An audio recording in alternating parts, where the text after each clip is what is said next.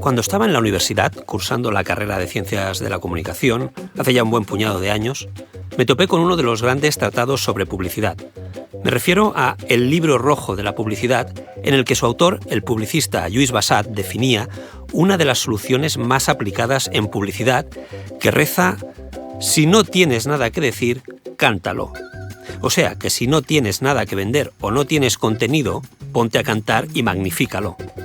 Sin duda, la esencia de esta afirmación ha sido y es uno de los salvavidas más recurrentes y que más ha perdurado a lo largo de los años, incluso antes de que Bassat lo expresara tan acertadamente, y ya no solo en el terreno de la publicidad, sino en los distintos canales que ofrecen contenido, especialmente de entretenimiento. Una afirmación que a día de hoy ha encontrado su máxima expresión en las redes sociales, donde ha acabado evolucionando hacia: si no tienes nada que decir, grítalo, o sobreactúalo, o exagéralo, o fíltralo, o cópialo. En fin, todo lo que se os ocurra. Y es que en las redes sociales, generalmente, suele saberse mucho de nada. Pero bueno, ese es otro tema, y este es un podcast de cine. Así que, volviendo a esa gran verdad de Bassat, hay que decir que el cine tampoco se ha salvado de esa afirmación, porque también ha sido, en ocasiones, un contenedor de nada, donde en muchos casos los efectos especiales han suplido muchas carencias y no siempre de forma justificada, o donde los actores han sido el único reclamo sin ir más allá, o donde los mamporros han sido el único motor que ha dado impulso a tramas vacías y aún menos cómicas. Pero sin duda, hay algo que siempre funciona, independientemente de lo vacío que sea el contenido. Algo que, parafraseando una vez más al publicista catalán, podríamos definirlo como: si no tienes nada que decir, desnúdalas. Sí, porque el sexo es el gran comodín que nos garantiza una audiencia, especialmente entre el público masculino, por pésimo que sea el contenido. Y esa es una carta a la que el cine ha recurrido con mucho más desacierto narrativo, ya sea fílmico o argumental, que acierto. Pero eso es lo de menos, porque el sexo tiene un poder hipnótico capaz de anular momentáneamente cualquier exigencia. Además, el morbo que despierta por ese sugerente viaje hacia territorios oscuros y prohibidos siempre resulta tentador.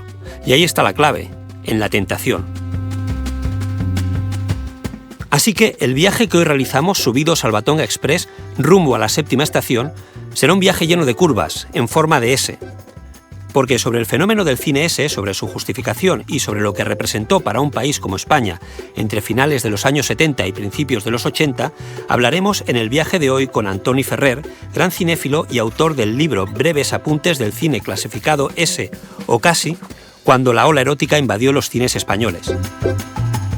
Y si bien es cierto que es un subgénero que en su vertiente erótica, y subrayo lo de erótica porque, como veréis, la clasificación S tuvo otras derivadas que no fueron eróticas, en su vertiente erótica decía que, si bien es cierto no tiene mucho lenguaje cinematográfico, por no decir nada, sí que se explica como fenómeno social. Así que pongamos el tren en marcha y descubramos qué vida había dentro de ese cine de impulsos primarios y qué recorrido tuvieron los autores y protagonistas de títulos como La caliente niña Julieta, En busca del polvo perdido, El fontanero, Su mujer y otras cosas de meter, Ya no soy virgen, olé, Ya no soy virgen, Mi conejo es el mejor, La pito conejo, No me toques el pito que me irrito, El hombre del pito mágico o Esas chicas tan pu. ¿Qué tal, Toni? ¿Cómo estás? Muy bien, feliz de estar aquí. Oye, con esos títulos, ¿es un cine que nos podemos tomar en serio? No. Además, lo mejor de estas películas es su título. ¿No? Claro. Que ahora son políticamente incorrectas, que ahora no se podrían tal. Pero bueno, es lo mejor de las películas. Sí, es lo mejor. Estoy de acuerdo contigo. También veo yo que no se puede tomar en serio. No, claro que no. Bueno, hablando de títulos, son títulos que forman parte de la historia del cine de España, ¿no? Que suenan fatal, claro, por la imagen que se da de la mujer en términos de igualdad entre hombres y mujeres.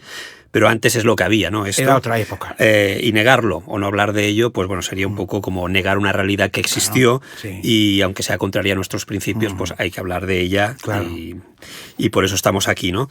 Bueno, gracias por subirte al Batonga Express, en este vagón de los alternativos, podríamos decir, y concretamente en el compartimento de lo prohibido, que es ese cine erótico de finales de los 70 y principios de los 80. Aunque el cine S es una calificación que no solo está relacionada con lo erótico, sino que la S es de sensibilidad, ¿no? Sí. Cuando se saca la ley cuando se saca la clasificación S en España, que es una clasificación puramente española. Solamente existe la S en España. En toda Europa, en todo el mundo, se estaba legalizando el cine X. En España no se atrevieron. Acabábamos de salir del franquismo y el presidente Suárez, el primer presidente de la democracia, no se atrevió a legalizar la X. ¿Por qué? Porque le parecía demasiado fuerte que del franquismo pasar directamente a la X. Pues se inventan, se sacan de la manga una S, que es un cine que podía herir la sensibilidad del espectador, o bien por motivos eróticos, o bien por motivos de violencia extrema. Y ahí pues se colaron 424 películas, de las que hay más de 100 que son españolas, y recibieron la S, pues la inmensa mayoría eran por términos sexuales, eróticos, desnudos.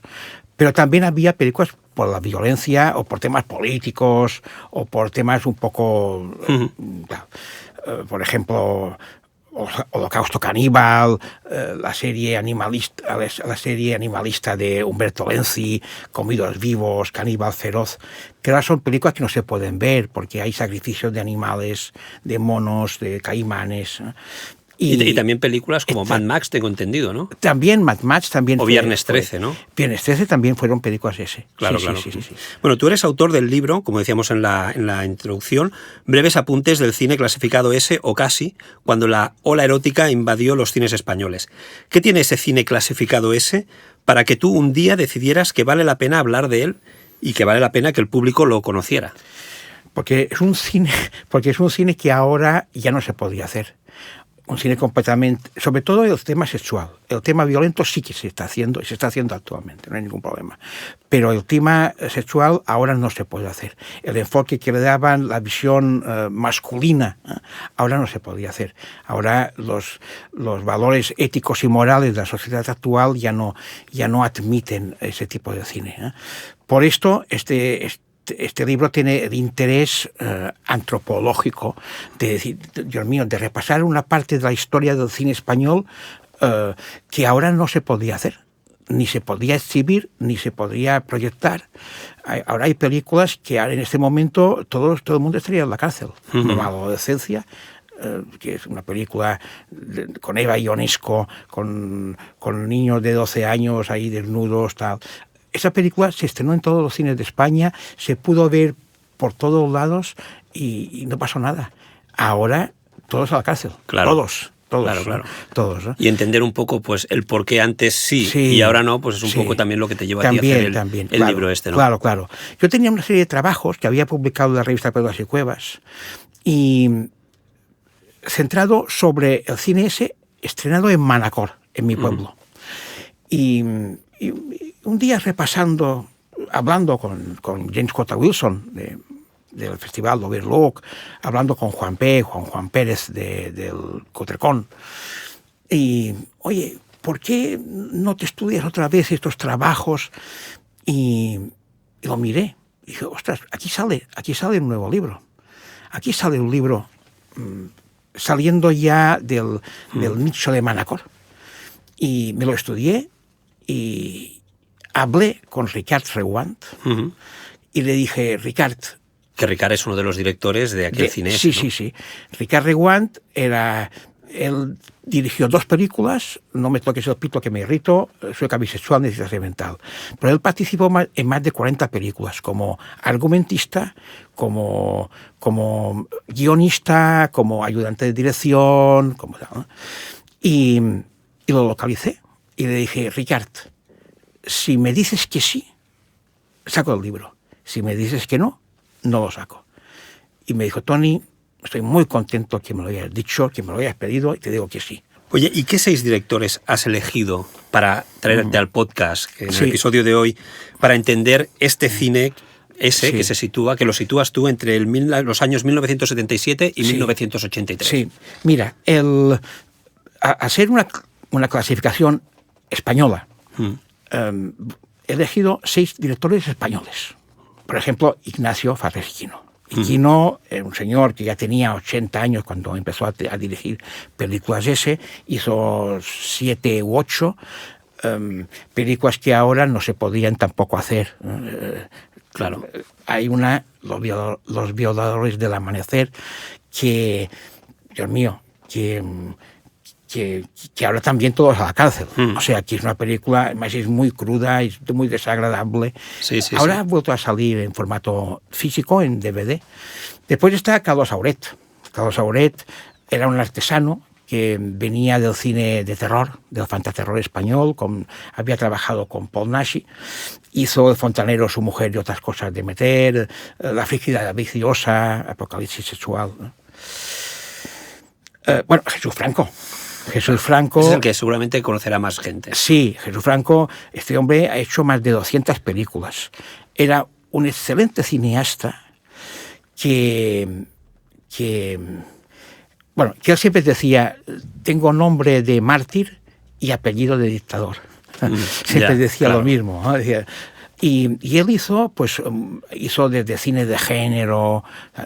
Era un hombre de una cultura extraordinaria cinematográfica, era músico, era guionista, pero hasta que se tiró a la montaña, se tiró al ruedo, dijo, mira, ya está. Y llegó, en aquella época, en aquellos años, hubo un año que hizo 12 películas. Caray. 12 películas en un año. Imagínate. Creo que no se puede pedir mucho, ¿no? No se puede pedir películas mucho. Estas porque, claro, cámara 12. en mano, bueno. Y nada. Eran películas, muchas de ellas eran películas X, que después cortaban las escenas de sexo explícito y las metían como ese. Claro. Después hay otro, es Alfonso Balcázar. Alfonso Balcázar era un cineasta catalán que tenía una productora en Cataluña, tenía unos estudios, hicieron muchos spaghetti westerns, cine noir, cine policíaco español, también produjo, pero era un cine también muy ínfimo, muy industrial, muy de moda. Cuando tenían que hacer peplums, hacían peplums, de agentes secretos. Pero quizá había un poco más de calidad que el cine ese erótico que hacía, sí, o estaban todos al mismo nivel de pero calidad. No. Y más, él hizo ya los últimos años del cine ese, hizo 6 o 7 películas en un año, las rodaba en una casa suya, ahí en la Masía. Bueno, hizo Colegialas lesbianas y El placer de pervertir, El marqués, la menor y el travesti, La ingenua, la lesbiana y el travesti. Bueno, sí, vamos. ¿Cuál mejor? Películas que ahora te pones a llorar, si las ves, te pones a llorar. Y no de alegría. Ya. Después, Enrique Guevara. Enrique Guevara, este hombre era un cineasta. Era un señor que llegó a España en el 73, se metió a representante de modelos y después entró en el mundo del cine erótico con Gil, Orgasmo Caliente, En busca del polvo perdido, El mundo sexual de la pareja. Enrique Guevara siempre trabajó con Richard Boye, con Richard Rewand.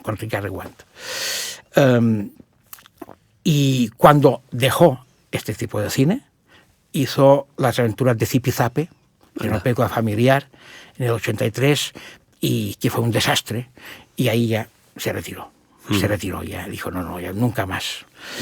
Enrique Guevara, una de las musas del cine ese, era Raquel Evans, que es la hermana de Enrique Guevara. También se retiró. Cuando terminó ese tipo de cine, se retiraron los dos. Y después, para mí, el mejor es José Ramón Larraz. José Ramón Larraz, catalán también. Este hombre fue dibujante de cómics. Él dibujó El Coyote, creo que el Inspector Dan también, o el Robert Foster, no sé. Y después se marchó a Inglaterra, se marchó a Francia, y a los 40 años ya rodó su primera película. Este hombre sí que tenía técnica y sus películas tenían más, un poco más de solera, técnicamente estaban más terminadas, más, ¿no? Sí, tenían más miga, ¿no? Porque yo tenían también he más tenido miga. ocasión de ver Sí. Las hijas de Drácula Sí. y ahí sí que veo pues que hay... Es otra historia. Sí, hay más dinero, sí, también hay se más nota. profesionalidad.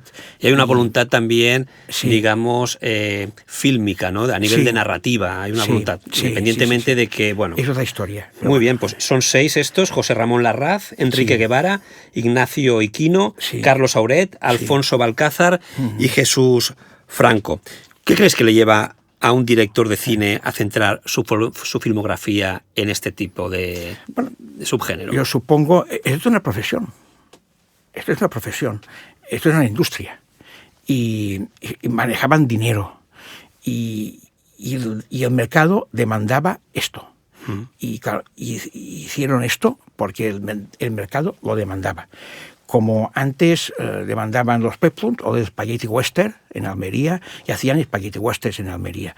Después, o Fantaterror, como Carlos Auret. O sea, esta gente era gente de la industria. Estaban ahí para lo que hiciera falta, ¿eh? Y supongo que tuvieron ofertas. Oye, vamos a hacer una película erótica. El cine erótico era muy goloso para el productor. ¿Por qué? Porque estaba de moda. Porque eran películas muy baratas, costaban muy poco y tenían mucha demanda. Y claro, al ser películas muy baratas, pues la rentabilidad era muy alta. Una película española en aquella época podía valer 50 millones de pesetas. Esas películas se hacían con 6 millones, 7 millones. Una película española se rodaba en 4, 5 o 6 semanas. Estas películas se rodaban en un fin de semana, en una semana o en 10 días. Claro, era muy rentable para el productor. Claro. ¿Y por qué acabó muriendo este cine? Porque cuando hay un cambio de gobierno, Suárez cae, entra Felipe González, entra la ley Miró y se decide suprimir la S porque legalizan la X. Claro, al legalizar la X, ves el sexo explícito y ya no tiene motivo ver una película, una escena erótica y no ver el sexo explícito, no ver el acto sexual completo. Claro, ¿qué pasa? Pues este tipo de cine pierde toda su razón de ser. ¿Y quiénes conformaban el Star System de este cine? Raquel Evans, por ejemplo, una actriz, una de las musas de este tipo de cine. Hizo muchísimas películas de esas. Raquel Evans, que era la hermana de Enrique Guevara. Después estaba con Chavalero. Con Chavalero también hizo muchas películas con Alfonso Balcázar, con Iquino. Y con Chavalero, cuando terminó ese tipo de cine, se convirtió en una excelente actriz de doblaje. Y dobló muchísimas películas y era la voz de una serie de actrices americanas muy, muy conocidas en la época. Y hizo teatro con Paco Morán. Y esta chica murió de un cáncer hace ya unos 20 años, de un tumor cerebral. Y después estaba Andrea Albani. Andrea Albani era Eulalia Espinet Borràs. Eulalia Espinet. Esta chica, una chica preciosa, pues esta chica fue destrozada por la industria.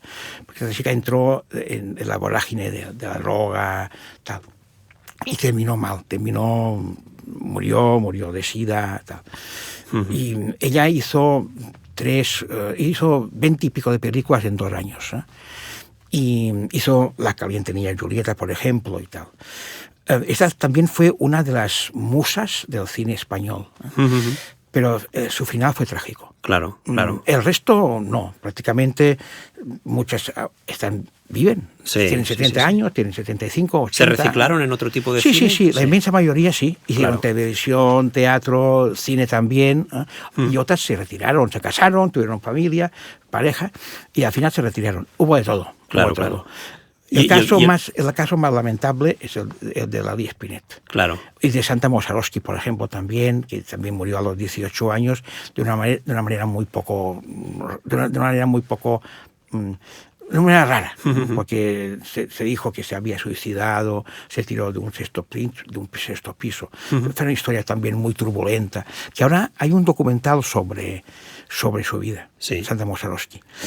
Y al margen de Santa Mosarovsky y de Andrea Albani, el resto, pues gente que se reciclaron, hicieron otras películas, o no, hicieron televisión, Hay Claro. de todo, por supuesto. Porque en el caso de estas dos actrices que tuvieran Sí. estas carreras tan breves, ¿no? Y que al Sí. final acabaron mal, son espejo del tipo, el mundo que envolvía a ese tipo de cine. Es decir, ese cine era un cine marginal, de personas descarriladas, pervertidas, como uno podría imaginarse, o había vida más allá de esa imagen. Había vida cliché? más allá, esto era un negocio. Claro. Era un negocio, o sea, allí la gente iba a trabajar, no iba de juerga. Hacer una película en aquella época era costoso. Y esas películas valían 5, 6, 10 millones, 12 millones de euros, de pesetas, perdón, de la época, y no iban ahí a divertirse, iban a trabajar. Y eran profesionales, todos eran profesionales. Esta gente estaba al servicio de la industria. Carlos Auret, cuando terminó, llegó del fantaterror, y cuando terminó ese tipo de cine hizo otra vez fantaterror. O sea que, y Larraz lo mismo, y Kino hizo su primera película de terror en el 84. O sea que Jesús Franco siguió haciendo películas durante toda su vida. Sí. Veo que entre las películas que comentabas, los directores, no ubico el que también todo el mundo a lo mejor confunde, ¿no? Porque a mí yo también confundo el cine de Andrés Pajares y Fernando Esteso. ¿Esto no se considera destape? ¿No se considera ese? No, el destape sí, ese no. Vale. No. ¿Cuál es la Ese diferencia? no. Bueno, por la temática. Eran comedias de sal gruesa, de dos cómicos que estaban de moda en aquella época, pero no eran películas no veías el sexual, no eran violentas, eran comedias para echarse unas risas y tal. Y Mariano Ozores y Andrea Pajares no tienen ninguna película ese. Claro. Eran películas de destape. Ya. Destape, donde salían las chicas desnudas y ellos ahí en ropa interior detrás de ellas y tal, ¿no? Sí. Y dentro de lo que es el cine ese, que hemos hablado del cine ese español, ¿qué réplicas del cine ese destacarías en el resto del mundo? Porque cada país tuvo su industria. Sí, claro. Que fueron réplicas a nivel de directores o películas. Sí. El ¿no? cine ese fue un tema español, ¿eh? Pero en toda Europa se hizo esto. Lo que pasa que después en el resto de Europa se clasificó, se inventó la X, o sea, se legalizó la X, y antes de España, antes. Y claro, y ese tipo de cine pues terminó antes. Claro. Pero fuimos a la par más o menos, ¿eh? Pero por ejemplo, Tinto Brass es más cercano a un cine ese que Tinto Brass. Tinto Brass. Más cercano a un cine ese que no un cine X, ¿no? Al menos Calígula todas estas. Tinto Brass, por ejemplo, hay escenas de sexo explícito. Pero Tinto Brass, por ejemplo, está Jules Jekin de las Emanuels, después vienen las Invitaciones italianas. O Rosmeyer, ¿no? Rosmeyer también. Rosmeyer no tuvo ninguna película ese, creo. El americano, pero lo hubieran podido ser. Claro. Porque más su filosofía de cine, aquellas chicas ahí tan voluptuosas.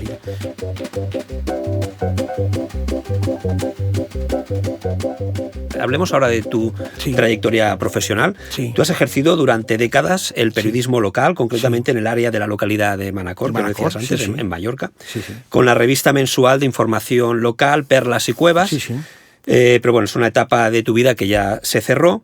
Pero además tienes tu propia editorial que se llama Escau, que en castellano sería La Madriguera, ¿no? La Madriguera, sí. Y esta editorial pues te ha permitido publicar este libro del cine ese que estamos comentando, pero también otros libros tuyos de cine como Una droga llamada Helen y Los templarios ciegos de Armando de Osorio.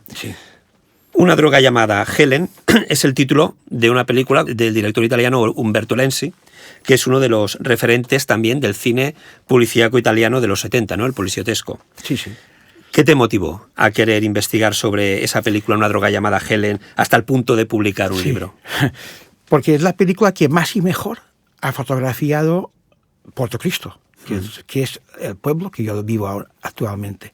Esta película se rodó en el 69 en Portocristo, en el término de Manacor, en el término del levante de la isla, también se filmaron en Palma, en Formentor, y la película está protagonizada por Carol Baker, la actriz americana, y por Jean Sorel, el actor francés, y la dirigió Umberto Lenzi.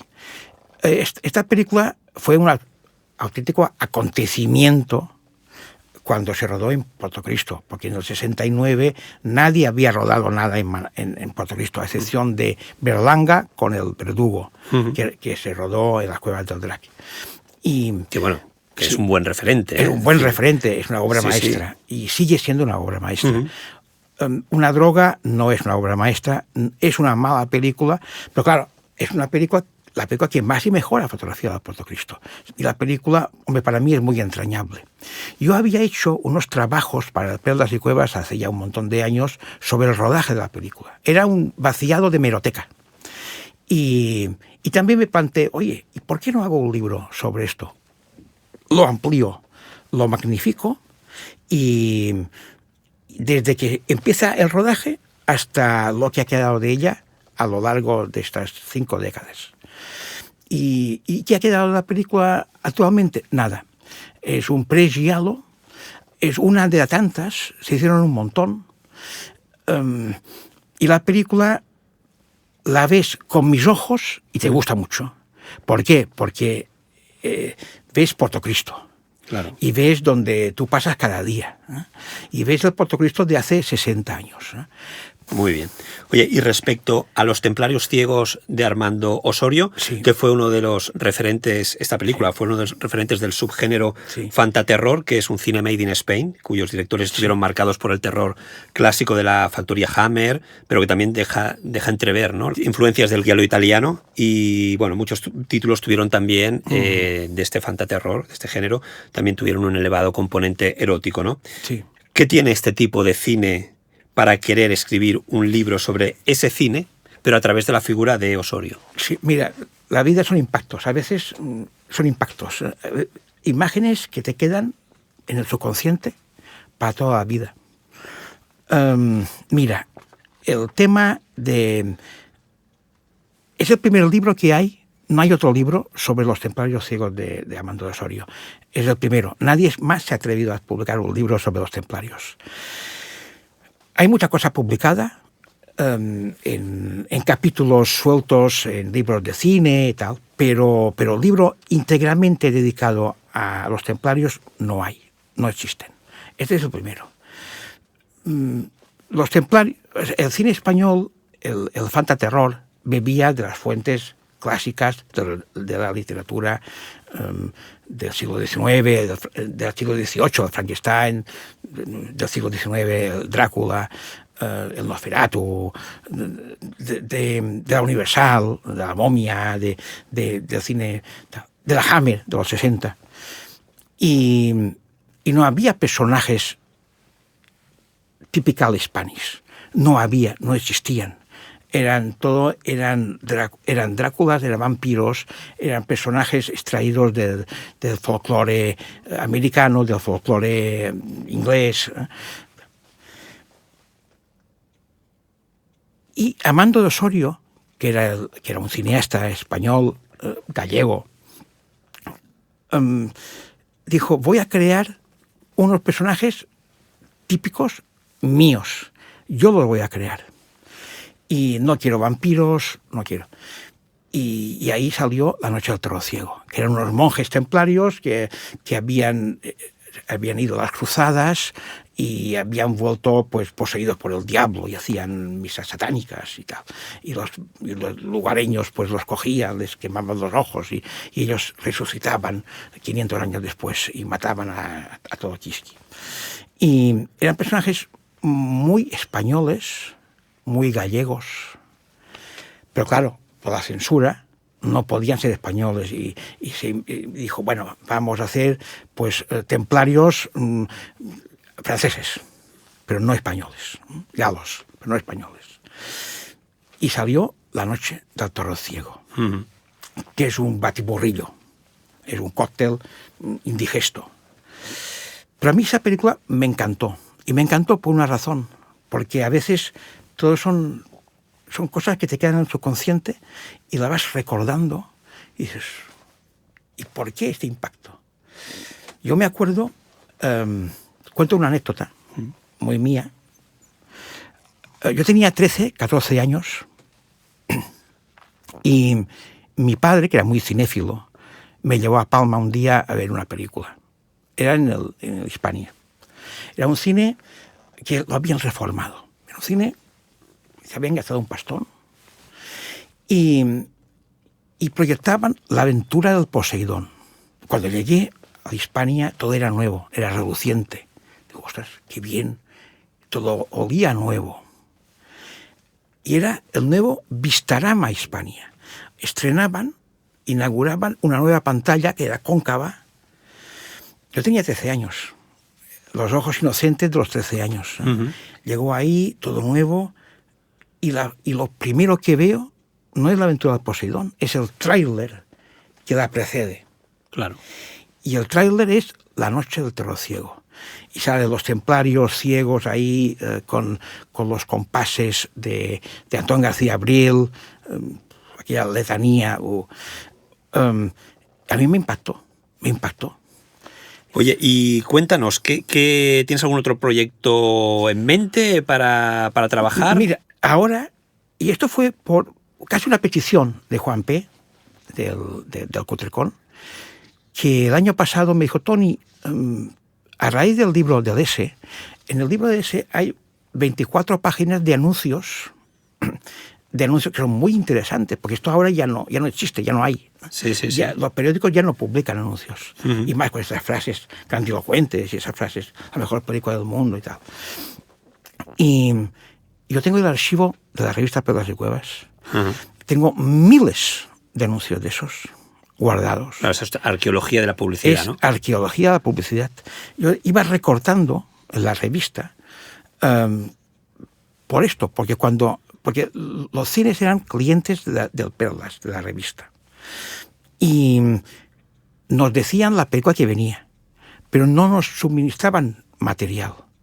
Teníamos que papelarnos. Y nosotros lo que hacíamos era cortábamos los anuncios de prensa cuando la película se estrenaba en Palma, y cuando venía Manacor, 1, 2, 3 o 4 años después, los adaptábamos y hacíamos el anuncio. Uh-huh. Pues estos anuncios, estos miles de anuncios, no los tirábamos, los guardábamos. Y ahora lo podemos utilizar. Y ahora, a petición del Cutrecón, de Juan Pérez, me dijo, Toni, ¿qué idea más buena hacer un libro dedicado a los anuncios de cine, de prensa, de los 70 y de los 80? Del cine apropiado para el Cutrecón. Claro. O sea, no era El Padrino, ¿no? Era El Padrino y sus ahijadas, ¿no? Uh-huh. O era El Padrino de Hong Kong, ¿no? El cine de género. Sí, este cine de serie Z casi español, ¿no? Se puede decir, cómo se anunciaba. Y tengo miles. Y ahora voy a sacar, en diciembre, voy a sacar este libro, que será un breve recorrido de 100 páginas de anuncios de cine de la época. Y el libro se va a presentar en el Cutre el próximo año, en el festival en febrero. En el 27. ¿Sí? En el 27, y después también en el Overlook de Barcelona, uh-huh. También en julio del 27. Pues estaré atento. Sí. Estaré atento claro. Para que caiga en mis manos. Por supuesto. Oye, pues después de esta aproximación sobre tu obra que hemos hecho, ¿te parece que descubramos al cinéfilo que llevas dentro? Por supuesto.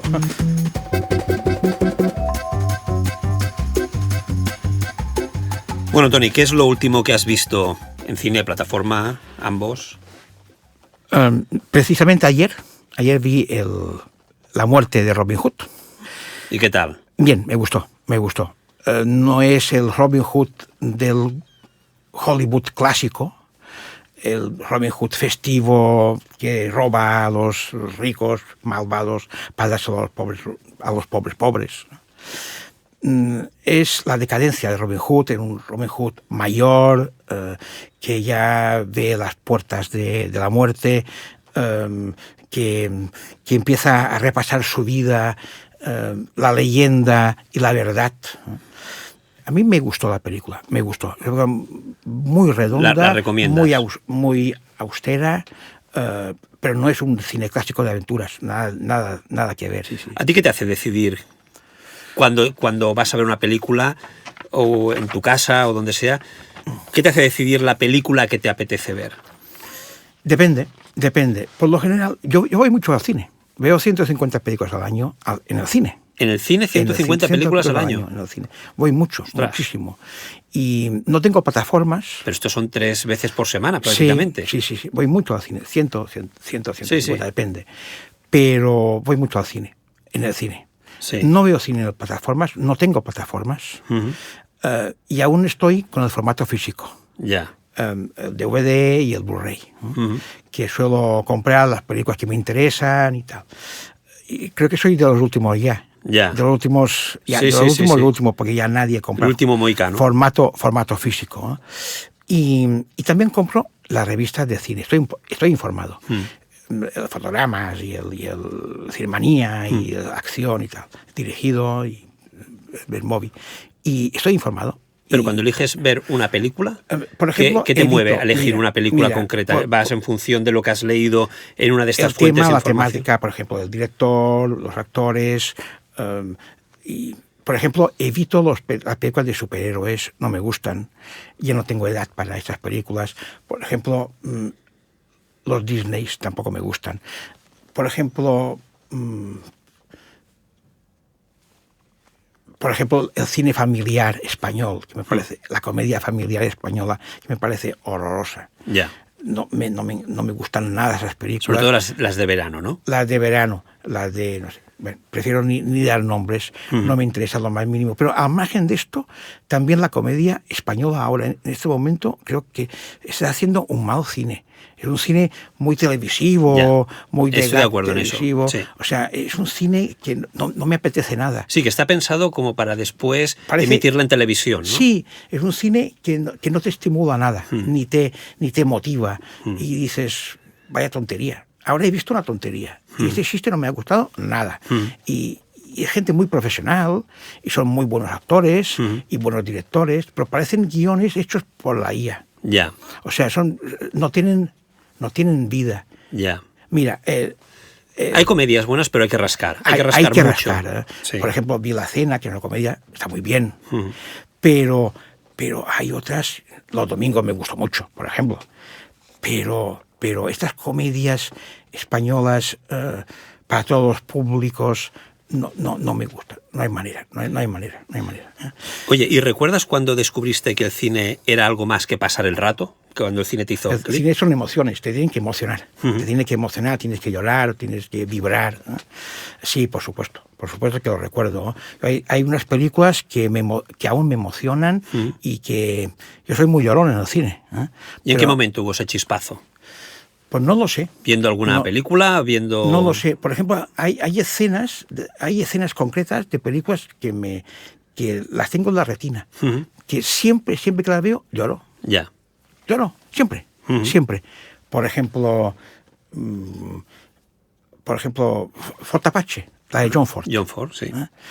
Cuando el general Custer se va a la batalla del Little Big Horn contra los indios, y se va ahí con el séptimo de caballería, se despide de la gente, sale del fuerte y sabe que no volverá, que no tiene ninguna posibilidad de ganar la batalla.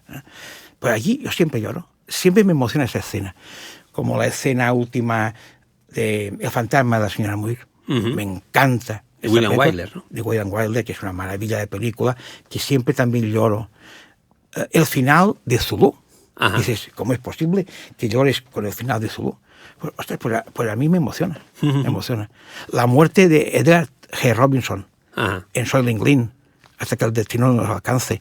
Una película con Charlton Heston, de Richard Fleischer, del 73. La muerte de Edward G. Robinson, cuando le proyectan en IMAX, en las imágenes de cómo era el mundo antes. Sí. Esta escena también me emociona. Claro. El cine son momentos, son instantes, ¿sabes? Claro. ¿Y esto te impediría ahora mismo a decirme cuál fue la película que en un momento dado te voló la cabeza, independiente, ya en cualquier momento de tu vida, no necesariamente en el mismo momento que descubriste el cine, ni mucho menos? Tengo muchas. Pero una que dijeras, esta para mí fue un antes y un después en tu vida. No necesariamente tiene por qué ser una película incluso fílmicamente aceptada, ¿no? Sí, hay una película que es una negra, es el noir americano, que me encanta, que es de Billy Wilder, es Perdición. Ajá.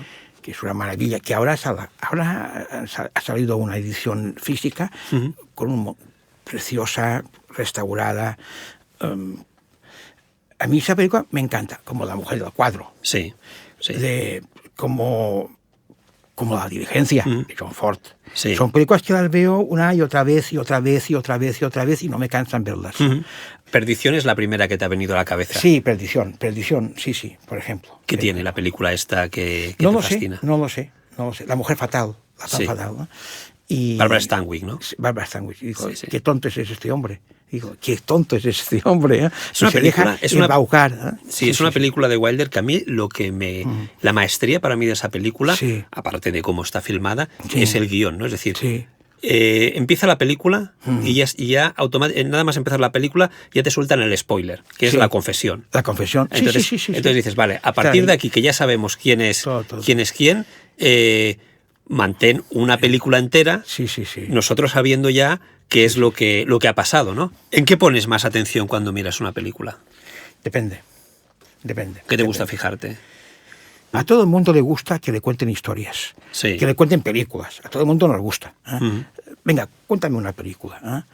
Pero hay una anécdota muy famosa, que yo la reproduzco en uno de los libros, de un productor americano, un gran productor que era Meyer, de la Metro, que un día recibe en su despacho, en su gran despacho, a un jovencito que es guionista, que viene de la Europa de la Segunda Guerra Mundial, que ha tenido que huir del nazismo. Y le dice, la recibe en el despacho, le dice, por favor, acomódese. Bueno, cuénteme, ¿qué quiere? Y el chico le dice, bueno, yo soy guionista de cine y me gustaría contar una historia y que usted me la produzca.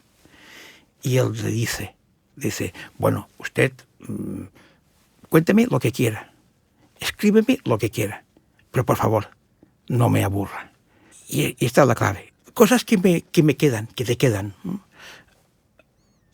Cuando compré mi primera película, mi primera revista de cine. Ajá. Estoy hablando del 71 o 71. Yo tenía 14 años y compré el primer número de Terror Fantàstic. Era una revista catalana que salió del 71 al 73. Salieron 26 números. Los tengo todos, por supuesto. Los tengo todos. Y yo me acuerdo que se me aceleraba el corazón cuando iba a la librería y me daban, Tony, ha llegado el Terror Fantàstic de esta. Hombre, mira, qué bien. Y me la devoraba. Era una revista de cine especializada en el cine de terror de la época, del 71, 72. ¿Y esa sensación la tienes superada con las revistas? La tengo superada. Sí. A día de hoy ya vas al kiosco, claro, es normal. Ahora compro fotogramas y compro. Yo aún soy del papel. Soy de papel y compro fotogramas, pero lo tengo superado. O sea que ahora para mí es una guía para saber las películas que tengo que ver y las que no tengo que ver. Sí. Oye, te iba a preguntar por si tenías alguna reliquia en tus estanterías, pero habiéndome dicho, estas revistas... Tengo. Sí. Es más... ¿Las revisas o no? Sí, las de Terror Fantàstic. Y además, hay una cosa curiosa. Tengo toda la colección de Terror Fantàstic, comprada del 71 al 73. Y hace un año, en Barcelona, una tienda, me ofrecieron otra vez la colección completa de Terror Fantàstic. Y dije, la compro. Es decir, ¿la tienes por partida doble? La tengo por partida doble. Caray. Y tengo Terror Fantàstic 2 veces. Sí. Soy muy coleccionista y tengo un vicio. No tiro nada. Ya. No tiro.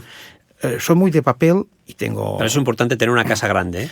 Sí, tenía una casa grande, ahora no la tengo, y ahora tengo problemas serios de espacio. Ya. Pero intento, pues, me apaño. Sí.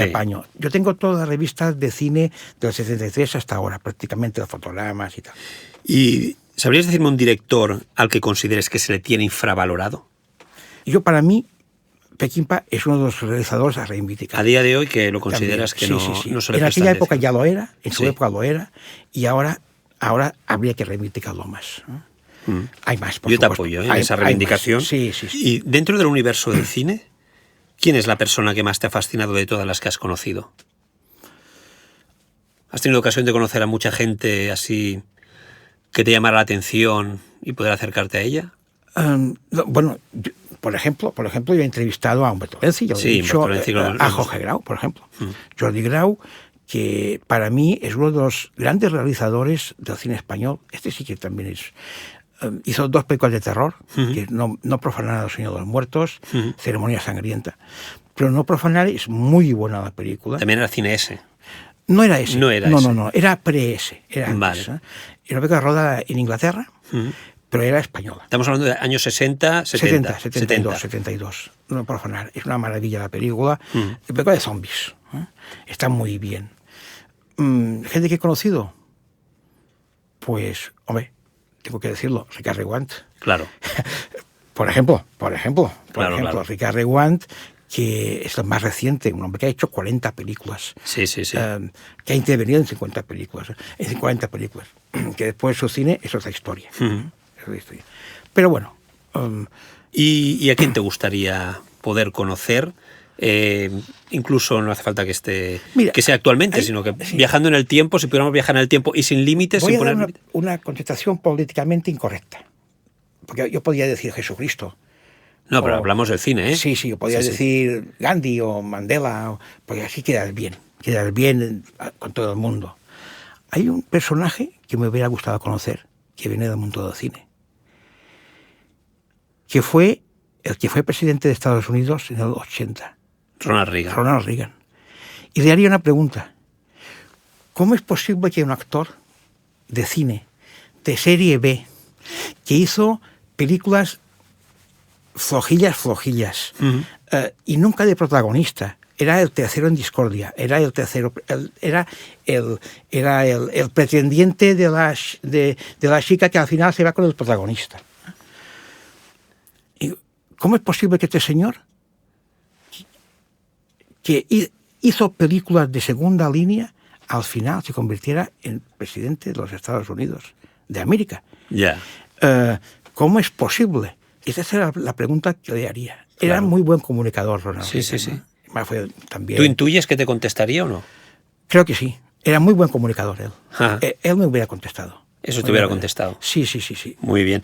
Oye, pues ¿te parece ya si emprendemos este tramo con curvas pronunciadas y nos sumergimos en este cine clasificado S? Y esperemos que el Batón Express no descarrile con tanta curva, ¿no? Sí, no, ya. Vamos. Bueno, pues dentro del cine S yo destacaría un patrón común en términos de narrativa argumental y fílmica, y es que todas, o prácticamente todas, arrancan con una escena de sexo potente como carta de presentación. Las escenas están planteadas como sketch cómicos, pero en versión sexual. Se basan en plano general de situación, plano conjunto que presenta a los protagonistas de la escena y plano detalle que pone el foco en la sexualidad, y todo eso intercalado con miradas hombrunas y ojos fuera de órbita, ¿no? Y vamos, lo más funcional que puedas imaginarte, y por supuesto con zooms in, zoom out propios de la época, ¿no? Para acercarte hacia esa tensión. Era barato. Barato, exacto. Para acercarte a esa tensión sexual, ¿no? Y por supuesto, una cosa que llama mucho la atención es que apenas se distinguen las partes íntimas, en el caso de los hombres, a ellos solo se les ve desnudos de espalda, mientras que a las mujeres, en el caso de las mujeres, los desnudos son integrales desde todos los ángulos, ¿no? Esto es lo que definiría desde mi punto de vista lo que es este cine, que he tenido ocasión de acercarme a raíz de que tú te prestaras a venir aquí, que aceptaras la invitación de subirte en este viaje en el Batón Express. Pero sí que es cierto que son películas que no se les puede exigir no iba a decir mucho, sino nada, ¿no? Es decir, porque básicamente están para lo que están, ¿no? Claro. Y de ahí esa carta de presentación desde el principio. Esto es una película en la que vamos a ver sexo, ¿no? Dentro de todos estos directores que antes has citado, que son Ignacio Iquino, José Ramón Larraz, Enrique Guevara, Carlos Auret, Alfonso Balcázar o Jesús Franco, ¿te parece si empezamos por Iquino en este repaso, por ejemplo, que podemos hacer sobre este tipo de cine? Él tiene una de las películas más comerciales del cine ese, fue La caliente niña Julieta, del 81. Esta sí fue la película de Iquino la más comercial que hizo. Fue la primera de las más potentes. Esa película tenía un argumento de Ricard Reuant. Sí. Era el heptamerón, que al final no quedó nada del argumento, pero fue el hilo argumental. La película está protagonizada por Andrea Albani y es el típico cine que hacía Iquino en la época. Iquino, está rodada en Cataluña, en Tossa de Mar, ¿no? En Tossa del Mar, sí. Era el mundo de Iquino. Iquino era un señor ya muy mayor, que hacía 50 años que hacía cine. Él pasaba la historia, por ejemplo, por haber hecho la primera película en catalán, El Judas, y que al final no se estrenó en el pleno franquismo, claro. Pero está hecha en catalán, hablada en catalán. Este hombre era un señor que tuvo una productora y hizo pues cine muy industrial, muy de la época, del momento. Si se exigían spaghetti westerns, él hacía spaghetti westerns, hizo peplums, hizo películas de folclóricas, de niños cantores, hizo cine noir, cine negro español, bastante digno. Y al final, pues derivó en el cine ese, que era lo que tenía demanda. Era un cine muy barato de hacer, y él hizo media docena de películas. Sí. Y entre ellas tú destacas La caliente niña Julieta, que es quizá el título más relevante que tiene en su filmografía. Es el más relevante, ¿no? Y porque es la película que él prácticamente se da a conocer dentro del cine ese. Y sacó 100 millones de pesetas de recaudación, costó 10 y fue un negocio redondo. Pero, y bueno, que esto es una comedia sexual, ¿no? Sí. En la que tres mujeres se confabulan para aprovecharse de un millonario que además es marido de una de estas mujeres, ¿no? Sí. Y hay una historia de un abrigo de Bisón por en medio. De Bisón, sí.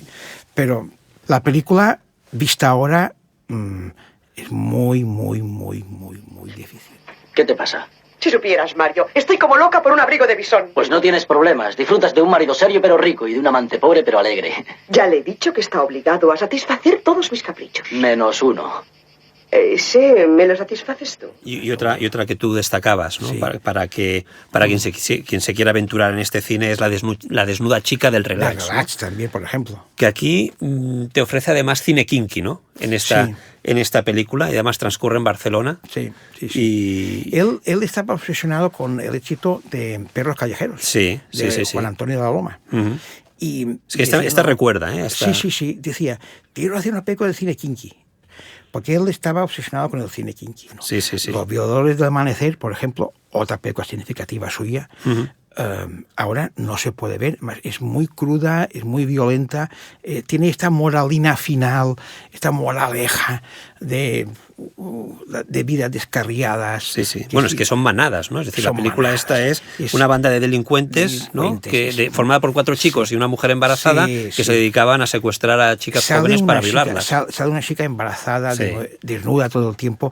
Sale un concurso de tetas que ahora ves ese película ahora y dices, Dios mío, se te ponen los pelos de punta. A mí de este cine, sí, si hay algo que yo saco en positivo, fíjate lo que te voy a decir, de estas películas de las que he podido ver en estos días, es la posibilidad el valor documental que tienen por el hecho de que todos los exteriores están rodados en ciudades españolas, en mi caso en Barcelona, ¿no? Que yo soy de allí, y poder ver tu ciudad, ¿no?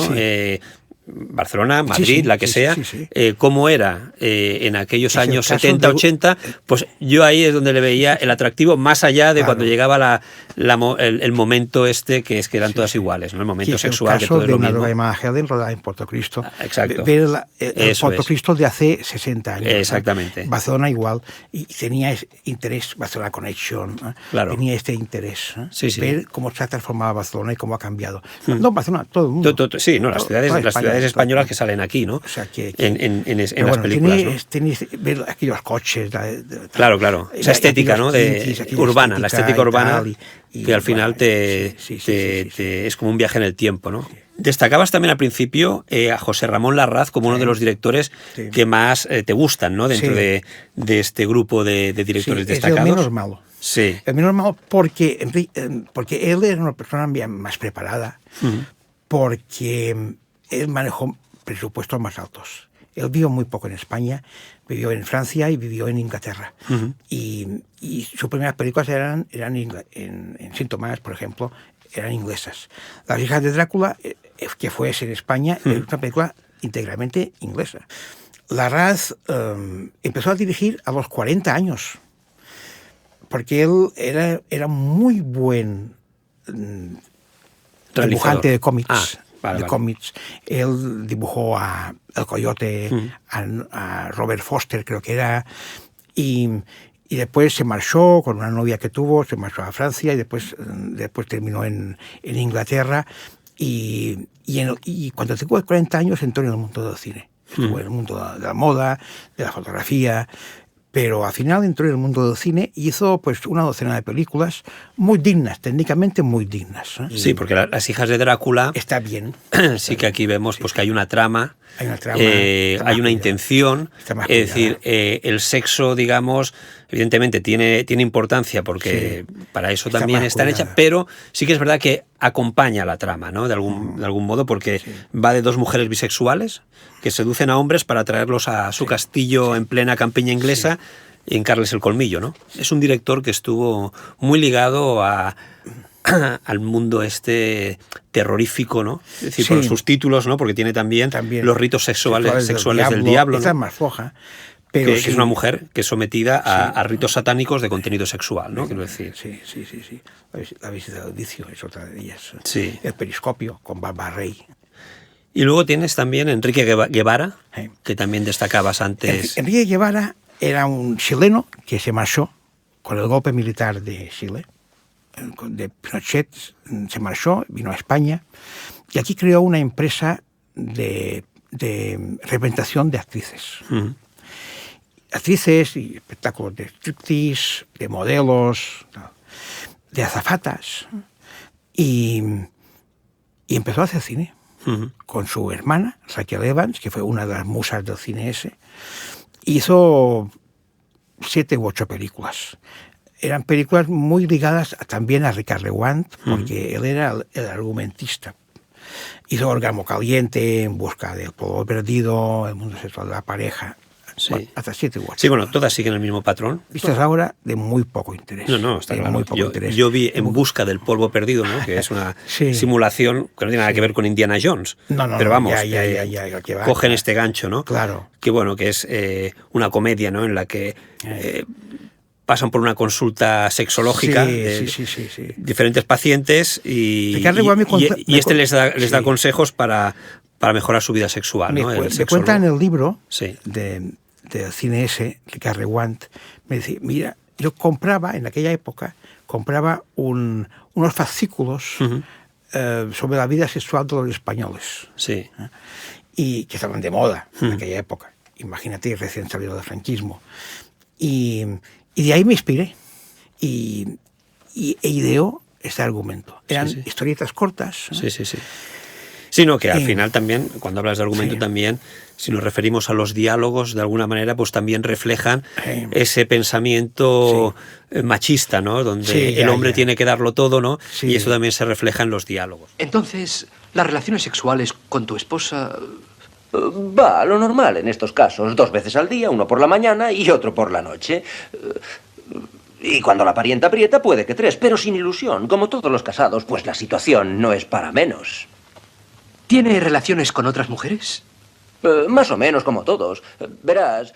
Y luego Carlos Sauret también destacabas Carlos Sauret, dentro de la lista de sí, directores. Es otro de los realizadores que vino del cine de fantaterror. Él, su primera película la hizo al servicio de Paul Naschy, de Jacinto Molina, El hombre lobo, y hizo El espanto surge de la tumba, creo.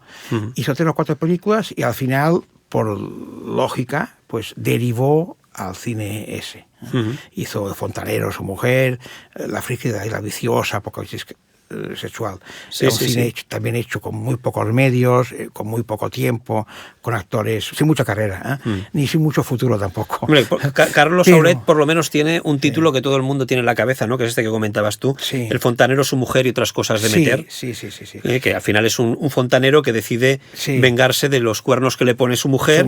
Aprovechándose de su trabajo como fontanero, ¿no? Donde todo es muy fácil. Que su mujer era Rosa María Almirall, que es una de las realizadoras del cine ese. El cine ese, prácticamente todos los realizadores en España eran hombres. Sí, pero ¿esto es la mujer de quién? Pero hubo 2 mujeres. Sí. 2 mujeres que hizo cine ese, que eran Isabel Mula, que hizo Depravación, y Rosa María Almirall, que es Candy Coster, que era la mujer de Jesús Franco. Vale. Y ella es la coprotagonista de Fontanero, su mujer y otras cosas de Almirall. Son difíciles de ver ahora, ¿no? Porque ahora está muy en la línea de esta de En busca del polvo perdido. Sí. Esta, por el tipo de digamos, de acción que toma la película, ¿no? La manera como está contada es visita, sexo. Pues lo mismo, visita una casa, un piso, sexo, y en el caso del Buscar el polvo perdido, visita al sexólogo, escena de sexo, etcétera, ¿no? Que se muestra en la película. Y luego tiene La frígida y la viciosa, ¿no? Que aquí hay una componente muy psicológica en esta película, ¿no? Que es una mujer casada que no logra excitarse con su marido, entonces conoce a una mujer a la cual invita a vivir a su casa. Y con el tiempo, pues esta mujer a la que de la que se hace amiga, invita a vivir a su casa, pues esta mujer suplanta la identidad de la esposa y ella acaba, la esposa acaba encontrando placer convirtiéndose en la mascota de la nueva relación que hay entre el marido y la amiga.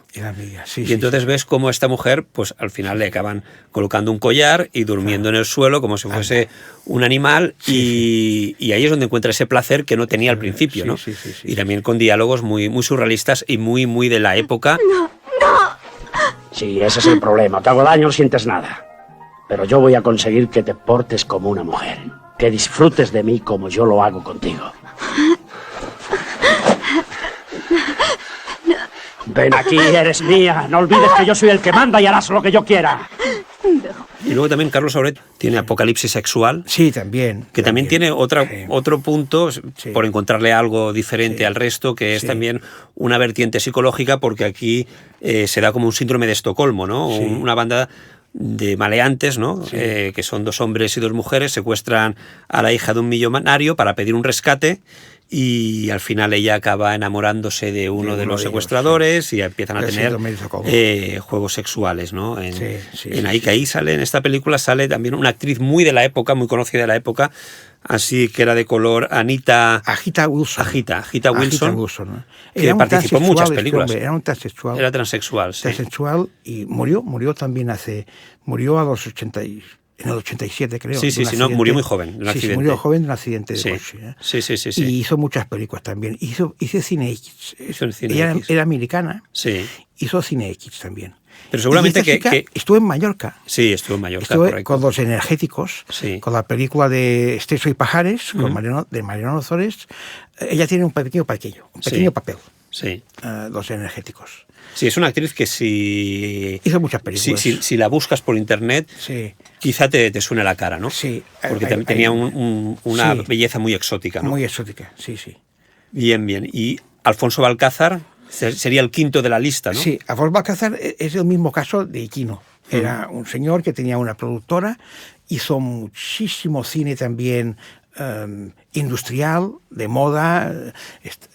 Se tenían que hacer peplums, hacían peplums, se tenía que hacer espagueti, hacían espaguetis, o películas de espías, de James Bond, españoles. Y cuando entró el cine ese, porque era el cine comercial, también entró él a saco. Hizo Colegialas lesbianas y El placer de pervertir, Sí. El marqués, la menor y el travesti, La ingenua, la lesbiana y el travesti. Sí, que parecen películas de Sergio Leone, ¿no? Sí. Por los títulos. Sí, además, esas películas se hicieron todas, creo, en un mismo... En 2 meses se encerraron en una casa que él tenía en una masía, en una masía a las afueras de Barcelona. Hicieron un montón de películas de esas y después Sí, es que todas estas que has citado son del 83. Sí. Las montan y esa escena a esta película, esa escena a otra, esa escena a tal. Y para abaratar costes. Fue de lo último de lo último. Sí. O sea, cuando Alfonso Balcázar hace este tipo de cine ya estaba en plena decadencia. Claro. Ya no vendía tanto. Prueba de ello es que esas películas ya apenas se estrenaron. Nadie las quería ya. Nadie las quería. Porque habían cansado. Sí. Porque este tipo de cine cansó. Es que estaba muy visto ya. Y llega un momento que es que todo era lo mismo, el patrón es el mismo. Y luego tenemos a Jesús Franco ya, Jesús Franco. Que este es el nombre más reconocido, ¿no? Jesús Franco hizo más de 200 películas. Sí, que es lo que decías al principio. Más de 200 películas. Este hombre también... Este hombre sí que era un hombre que le interesaba el cine, que le gustaba el cine. Era guionista, era músico, era argumentista, actor, lo hacía todo. Y era un cine 100% suyo. Y hizo también de todo tipo de géneros y tal. Hasta que también terminó derivando a lo que el mercado le demandaba, que era cine ese o cine erótico y tal. Y eran películas X, que después en España las compraba el distribuidor y cortaba la parte de sexo explícito. Claro. Y ahí la dejaban ese. Pues son películas, todas son iguales y todas están cortadas, el sexo explícito están cortadas. Pero tú de Jesús Franco, ¿cuál destacarías, ¿no? Si se hubiera destacar de 200... Mira, aberraciones sexuales de una mujer casada, por ejemplo, colegialas violadas, todas esas son películas Sí. Aberraciones sexuales de una arriba caliente son indistinguibles, o sea que da igual una u otra. Él tiene buen cine, él tiene buen cine. Este hombre... ¿Y su buen cine dónde está? ¿Dónde se ubica su buen cine? Él estuvo con Orson Welles, Campanadas de Medianoche, y hizo también La Isla del Tesoro, también participó con Andrea Bianchi, hizo películas El largo viaje de Fernando Fernán Gómez, él tiene un papel también. Él hizo mucho cine y era un hombre muy respetado en la industria y tal. Además hay que decir que recibió el Goya de Honor. El Goya de Honor, sí, por su larga trayectoria. Sí, no sé si fue en el 2012 En el 2012, quizá. Antes de morir, murió en el 13. Sí, exacto. Y Jesús Franco pues murió ya muy mayor y bueno, era un hombre de cine. Pero él era compositor también y escribió novelas de género, novelas del oeste, novelas de terror. Era un hombre muy interesante. Sí. Él era interesante, su cine no. Ya. Su cine no. Bueno, Toni, pues lo que sí que he encontrado interesante es la conversación contigo. Te lo digo porque estamos llegando ya a la séptima estación, que la veo ya por la ventana de este tren, que afortunadamente hemos conseguido no descarrilar con tanta curva. ¿Te lo has pasado bien? ¿Has disfrutado? Sí, muy bien. Toni, encantado por este viaje y nos vemos en el cine, ¿no? Nos vemos en el cine. Voy casi cada día. Nos encontraremos. Casi entonces. cada día. Muchas gracias. Muchas gracias, Cristian.